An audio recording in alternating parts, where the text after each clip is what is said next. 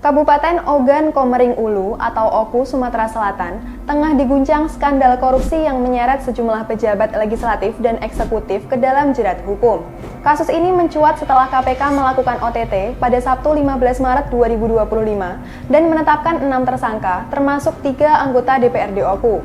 Ketua KPK Setio Budianto mengungkapkan bahwa kasus ini bermula dari upaya sejumlah anggota DPRD Oku yang menagih jatah fee proyek kepada Kepala Dinas Pekerjaan Umum dan Penataan Ruang atau PUPR Oku, Nopriansyah atau NOP. Modus yang digunakan dalam kasus ini berawal dari pokok-pokok pikiran atau pokir DPRD. Pokir merupakan usulan proyek dari anggota DPRD yang kemudian disetujui oleh pemerintah daerah untuk dianggarkan. Dalam kasus ini, pokir yang diajukan para tersangka melibatkan berbagai proyek strategis, diantaranya rehabilitasi rumah dinas bupati dan wakil bupati, renovasi kantor dinas PUPR Oku, perbaikan sejumlah ruas jalan, dan pembangunan jembatan. Awalnya, total nilai proyek pokir yang disepakati dalam RAPBD 2025 mencapai 40 miliar rupiah, tetapi akhirnya dikurangi menjadi 35 miliar rupiah karena keterbatasan anggaran. Dari jumlah tersebut, anggota DPRD diduga meminta fee sebesar 20% atau sekitar 7 miliar rupiah. Dalam jumpa pers di Gedung Merah Putih KPK, Minggu 16 Maret, Ketua KPK Setio Budianto menjelaskan bahwa 3 anggota DPRD Oku yang terlibat adalah Ferlan Juliansyah atau FC, anggota Komisi 3 DPRD Oku dari fraksi PDI Perjuangan, M. Fahrudin atau MFR, Ketua Komisi 3 DPRD Oku dari Partai Hanura, dan Umi Hartati atau UHA, Ketua Komisi 2 DPRD Oku dari Partai Persatuan Pembangunan atau PPP.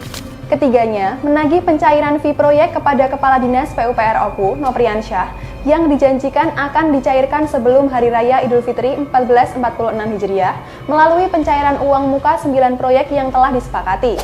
Keempat pihak penerima ini dikenakan pasal 12 huruf A atau B dan pasal 12 huruf F dan pasal 12B UU nomor 20 tahun 2001 tentang pemberantasan tindak pidana korupsi, Yungto pasal 55 ayat 1 ke 1 KUHP.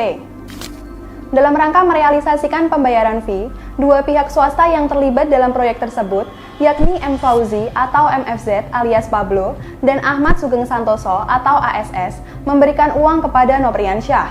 Kepada pihak pemberi suap ini, KPK mengenakan pasal 5 ayat 1 huruf A atau B UU nomor 20 tahun 2001 tentang pemberantasan tindak pidana korupsi. Pada 14 Maret 2025, tersangka MFZ menyerahkan uang sebesar 2,2 miliar rupiah kepada NOP. Uang tersebut merupakan bagian dari komitmen fee proyek yang bersumber dari uang muka pencairan proyek. MFZ menitipkannya kepada seorang PNS berinisial A di Dinas Perumahan dan Kawasan Permukiman Oku. Sementara, pada awal Maret, ASS menyerahkan uang sebesar 1,5 miliar rupiah kepada NOP. Ketua KPK menambahkan bahwa uang fee proyek yang diterima Nopriansyah tidak sepenuhnya diberikan kepada anggota DPRD. Sebagian dari uang suap itu digunakan untuk kepentingan pribadi, termasuk pembelian 1 unit mobil Toyota Fortuner. Tim penyelidik KPK mendatangi rumah Nopriansyah dan PNS berinisial A.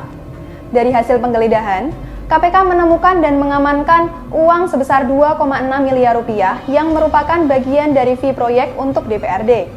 Kasus korupsi ini menunjukkan bahwa praktik suap dan praktik jual beli proyek masih menjadi penyakit kronis di pemerintahan daerah. Anggota DPRD yang seharusnya mengawasi penggunaan anggaran justru menjadi bagian dari permainan kotor dengan meminta jatah proyek. Kini, masyarakat menanti bagaimana proses hukum terhadap para tersangka akan berjalan. Apakah mereka benar-benar akan dihukum seberat-beratnya, atau justru akan lolos dengan hukuman ringan seperti banyak kasus lainnya?